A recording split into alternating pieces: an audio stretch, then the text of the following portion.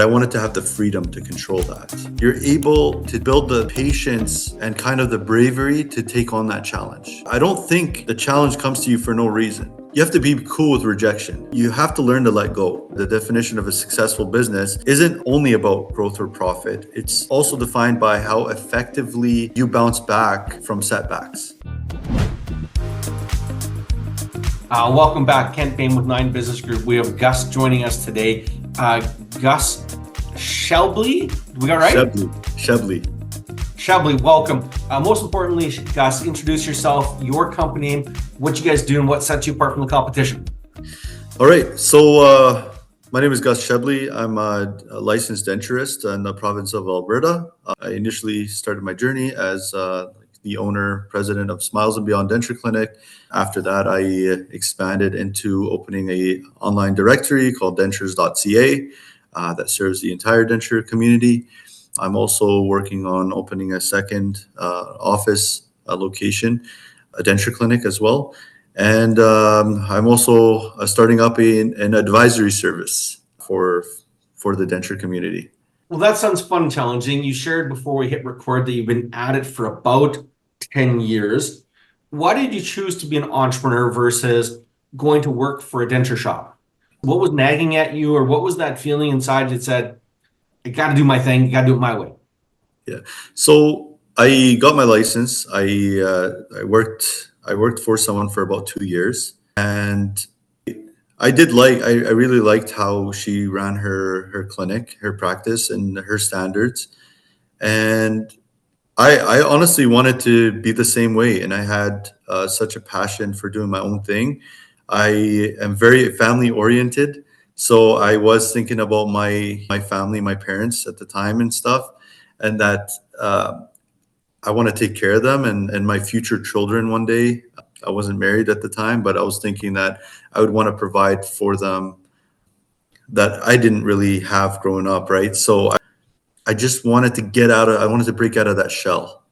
So that's what really. So you saw, if I can paraphrase or maybe summarize, you saw the opportunity through entrepreneurship, business ownership as a way to increase wealth, create more choice, for all intents and purposes, have more spending power so that you can improve the quality of life. And I like to say, putting words in your mouth, giving you and your family more choice than what you would have if you just had a job and worked for, even if it was a good job, but it had a ceiling on its income potential. Is that a good summary? Yeah, I would say also time as well. Like you, as an entrepreneur, I know a lot of the times we work a lot of long hours, but I wanted to have the freedom to control that. Is that working? Do you have time control back? Now that you have 4 businesses on the go, how's time going? 4 businesses, it's usually now the routine is like I go to work as a denturist, not too long, for a few hours out of the day. I come home. Usually, sometimes I'll pick up my kids from school. I'll come home, spend time with them, help with supper.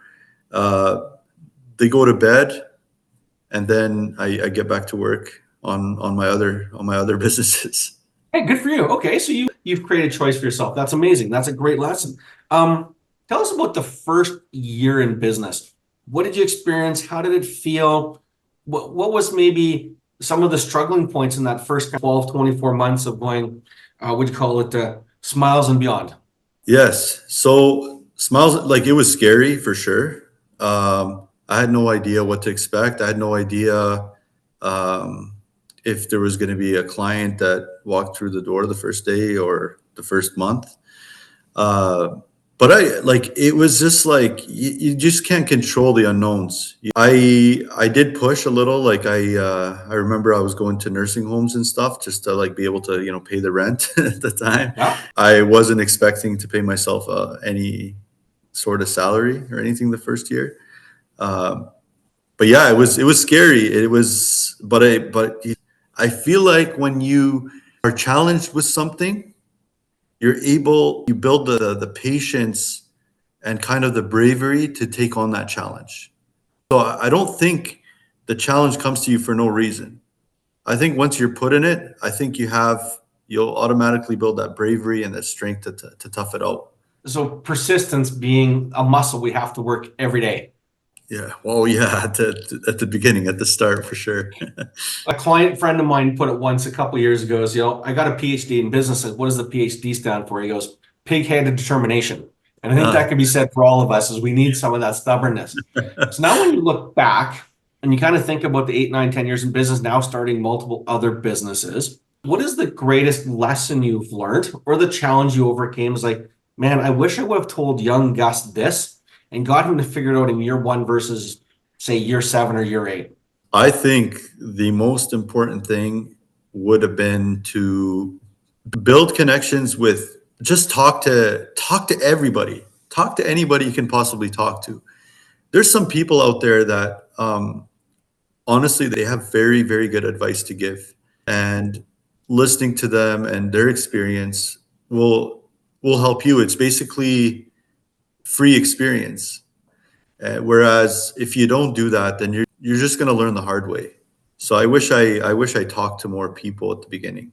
How do you talk to people now? So let's lean on that and kind of go for the startups out there, the entrepreneurs out there looking to go, I want to start a business. Dr. Gus says, I got to talk to people. Any advice, suggestions on how to start it? We're not all comfortable with it. I'm sure there's times that you were not comfortable with it. So what Yeah. did you learn on the way, and how do you make it, how do you increase your comfort level in doing it? You just you you have to be cool with rejection. So when somebody's like, "Oh, Gus approached me to talk about this," I don't think about that. I think about, I just want to know about you. I will, like, if I see someone successful, and I strive to be successful as well. I strive for that. So I would like, I share with them what I'm involved in, and I ask them what they're involved in. And the worst thing they could do is just tell me a little bit and say I have to go, right? But you just gotta be okay that some people will talk to you, some people won't talk to you about it. I mean, if I that agree. answered, sorry. Well, even sometimes, no, for me, a lot of times is picking something up from the news. Many years ago when Bitcoin was sort of coming out, it's something that's neutral. It's a pattern, a trend that isn't necessarily politically driven. It's kind of like, hey, have you heard of Bitcoin?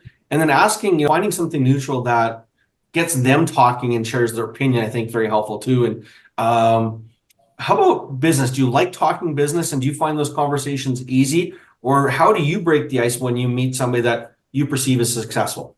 Well, I love talking about business, and it's not the money. Honestly, it's not about the money. It's usually about just ideas. It's just so stimulating to talk about it because you're always learning something new. And how I approach it is, hey, what are you involved in? What's your work? How many staff do you have? When did you start? That kind of stuff. Like, how do you manage? How do you manage your time? Like, I ask those questions. Like, how do you have time for all that? Like, it's nice to hear those things. I think yeah, like you were mentioning this earlier about the time management. It's nice to hear how people manage their time. It's quite interesting. I think it's more interesting the people you meet who, well, there's two parts. Is like, I understand why you're so busy because you have no intention of your time. And then you do meet the people that have it buttoned down. It's like, oh, okay, so this thing called time blocking or default calendars makes sense. I'm not the only one who's doing it or I'm struggling with it. What are the top 3 things that you've learned from somebody else? Or that Well, maybe it was a nugget, or they prompted you on a subject, or they got you open to it, and then you went and learned more to implement in your life. I learned that uh, the first thing that I learned was, for example, like in doing construction, right? You're building a practice. Do it right the first time. Do that right the first time. The second thing is you have to learn to let go. Some tasks, a lot of tasks, you can train people to do, and you just have to trust that they're going to be good at their job and they're going to do it most of the time. It's not that easy, but you know. And the last thing, what I learned actually, like from a friend of mine, was he's a successful businessman, successful construction company. Uh, he makes time for his family in his schedule no matter what. For him, it's kind of like I have this time blocked, so he's not seeing a client, he's not meeting with Gus over a business idea. He's making that time for his daughter, and I like, and seeing somebody being that successful and they have it, and being able to do those things, like like make time, like at his convenience, at his and not worried about landing a client. It was just so incredible. It's reassuring, isn't it, Yeah, it to see is. people do that? Let's go back to trust for a second. Number two is learn it to let go. What was your feeling? What held you back? Was it fear? Or maybe tell us a story of a time where you did let go, where there was a mistake, but it wasn't catastrophic, and it was just sort of, can you share some stories on what it was like for you to let go and trust the team versus micromanaging and hovering and just being Yeah. around all the time? So definitely takes some business maturity to do that. But yeah, like obviously running a denture clinic, there's a lot of like insurance claims and patient bookings and emails that come in, and you'll have, like, let's say a front end staff that handles all of that. And there have been times where it's like this wasn't done right, it wasn't claimed right, it wasn't this email wasn't answered on time, because I'm really like picky about that. It's like emails, like patients, when they contact us, right away we got to answer as fast as we possibly Okay. can. um, but there have been times that stuff's been missed, and it's actually not catastrophic. Insurance claims, when they get messed up, they're fixable. Yes, there's a delay and maybe sometimes in payment or whatever, but they're always fixable. You can fix them. Scheduling errors, you can fix them. Sometimes just a call, hey, we accidentally triple booked Gus with and Yeah. people understand that. Um, and I have a few denturists that work there, so it can happen, right? So it happens actually sometimes, and we call the client and we say, hey, can you come 15 minutes later? You're triple booked at this time, and they understand. Same with yeah, like anything else, like even ordering supplies. Worst case scenario, you could return them. It's not catastrophic. You learn So that. really just a mindset of it's fixable. It's fixable. Love it. I mean, that is powerful because I think it's massive for people to understand. Just if it goes wrong, what is the worst thing that could happen? And if it breaks or whatever, like, it's not hard to fix. And I think that is the greatest one that we can take away from today. Thank you for Yeah, I that. agree. More fun now. If there was Yeah. a pirate or a thief in your business, what would they be stealing from you? I don't know. I don't think I want to give anyone ideas. But I mean, for now, like, for example, my dentures.ca directory site, the worst thing that could happen is a copycat site, which it can happen. I'm not invincible, but they better not try. I'm kidding. But yeah, usually like it would be like a copycat site where somebody copies the idea and just rolls with it. And maybe they have more money to invest in the idea. So, When we started the conversation, we talked about success, why you became an entrepreneur, went into business for yourself. In 10 years, what was your original definition of success? And is it different today? And if so, what is it today? so success at the beginning of my journey as an entrepreneur was based on how much money I can make, how fast I can grow and expand. Okay. The definition is changed now. It's after COVID, I had a lot of these sparks go off in the brain.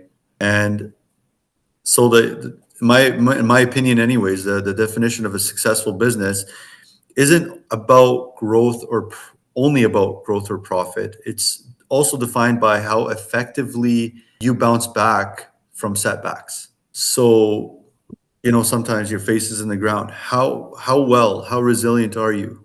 How can you bounce back? That's what it is today. Love it. So you've had some personal experience then needing to be resilient. Yeah. What worked for you? What did you do? How did you do it? Because you're not the first, you won't be the last. So how did it show up for you that maybe there was a setback? And then how did you respond? What did you do? And what do you do on a daily basis to improve yourself for future success so you're more resilient going forward? So it's kind of interesting. Like, most people would say I would work harder and longer, but that definitely was not the case. Mental health is very, very important for success, in my opinion. And what I like, everybody had some kind of setback during COVID. Like, we were shut down for a couple months, and at that time I was doing renovations at my office, and I'm like, well, what am I doing? How do I know if this is the right thing to do right now? And it was just like, you just got to be consistent. You got to do what you do best. You got to make sure you're well rested. You got to make sure you're taking you time so that you're able to provide good work for patients, and everything else will just follow through. Love it. Now the best part of the interview, the shameless self plug. So who should find you? And more importantly, where should they find you? Okay. Who should find me? Everybody should find. Well, any denturist, any denture patient can find me. I'm, easily, Smiles and Beyond Denture Clinic. I'm basically the face of that company. Okay. Also, dentures.ca. You can even search my name on Google, and you'll find a few of my ventures on there. A couple of my ventures. Love it, man. I love the insight. Thank you for sharing your entrepreneurial journey. Thank The you. hardships, the fun, and the trials and tribulations. I think that's what does make the journey fun and rewarding. Thank you very much. Appreciate. Have a great weekend. Yeah, you too. Take care. Thanks.